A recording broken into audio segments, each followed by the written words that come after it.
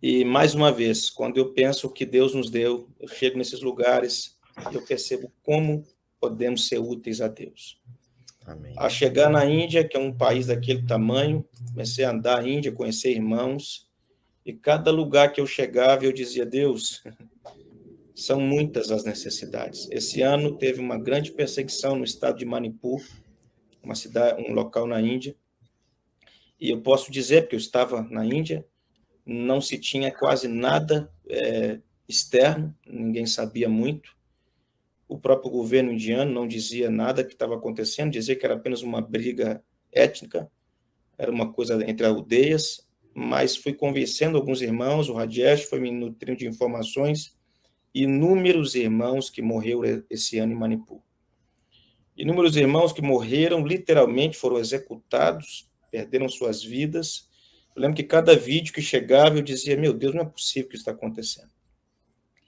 E me lembro numa das vezes que estava com o Rajesh esse ano, eu falei, Rajesh, o que a gente pode fazer para ajudar esses irmãos? O que podemos fazer para ser um amparo para esses irmãos? E percebi, irmãos, que há um desejo de Deus que a gente se envolva de fato, com toda a nossa força. Há muita gente, eu achava que isso era conversa de missionário. Por muitos anos achei.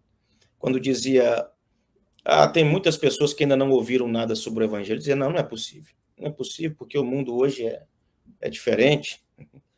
Mas, de fato, há inúmeras pessoas que não sabem absolutamente nada sobre Jesus. Nada. Eu me lembro, não ouvi isso de algumas pessoas, de poder conversar com pessoas hoje, nesse ano, pessoas em Nova Delhi, pessoas, vamos dizer assim, numa capital da Índia, e pessoas muito vagamente dizer, Bruno, você é cristão? Como é mesmo o nome aí do Deus de vocês? Como é mesmo? Jesus. Dizer, como que ele é? Me conta, como que é? E eu pensava, não é possível ele estar fazendo uma pergunta dessa. Eu me lembro que eu saí da casa de um indiano, que eu fiquei amigo na Índia esse ano, eu dizia para minha esposa, não é possível que esse moço não saiba quase nada a respeito de Jesus e do seu sacrifício. A Índia é um país mergulhado em tantas trevas, escuridão, você vê isso, você percebe isso, mas é maravilhoso ver o que o evangelho produziu naquele país. Quando eu ouvi o Bruno, Rajesh, sim?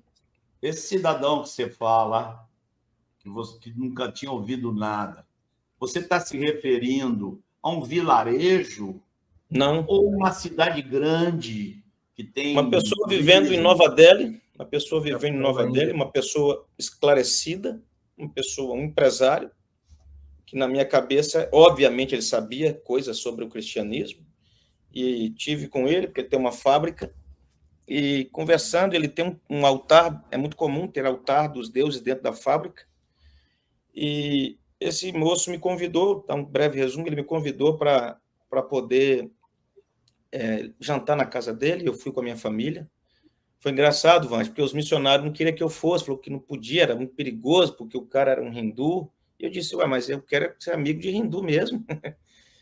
E eu lembro que eu fui para a casa desse moço e eu já tinha tido 2 encontros com ele sozinho, depois ele me convidou para ir para a casa dele, e eu fui.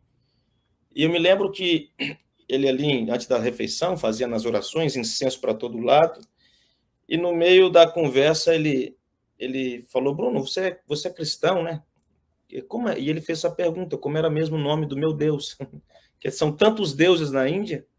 E eu comecei a dizer para ele um pouquinho, e eu me lembro que eu fiquei no meu coração orando, dizendo, Deus, como eu vou falar para esse moço?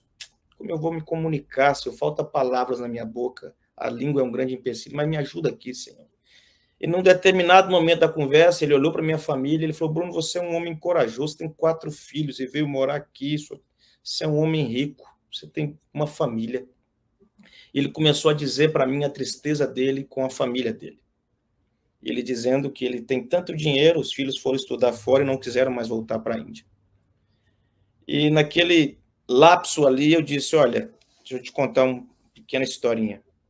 Falei, meu grande sonho sempre foi ter uma família. Eu venho de uma casa de muitas confusões. Eu tive um pai alcoólatra por muitos anos. Vivi numa casa sem nenhuma esperança. Se tinha uma casa sem esperança, era a minha.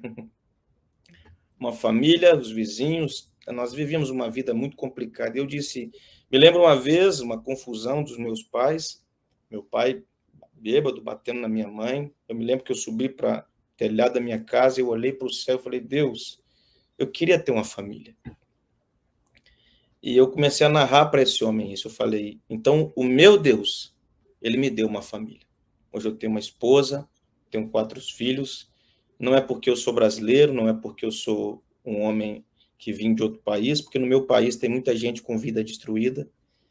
E eu percebi que, de alguma forma, aquele homem se tornou ele se conectou comigo ali naquele momento. Porque eu comecei a falar de um Deus presente, de um Deus vivo, não é de uma No estátua. da coisa, né? Da vida dele. E passado o tempo, esse moço é meu amigo até o dia de hoje. Em alguns momentos a gente conversa, ele fala, Bruno, ora por mim. É um desafio. A Índia não é um lugar porque a gente tem a gente é imediatista em muitos assuntos, né? A Ásia é um país onde, antes de mais nada, o relacionamento é o meio para você conseguir falar de alguma forma com as pessoas. E o que temos feito ao longo de 2 anos na Índia é isso, temos tornado amigos das pessoas, temos nos envolvido com a vida comum das pessoas. Ao longo desses 2 anos, temos vivido inúmeros desafios como família. Me lembro que a minha esposa, esse ano, falou, amor, eu não estou entendendo muita coisa, você acha que vai dar certo isso aqui?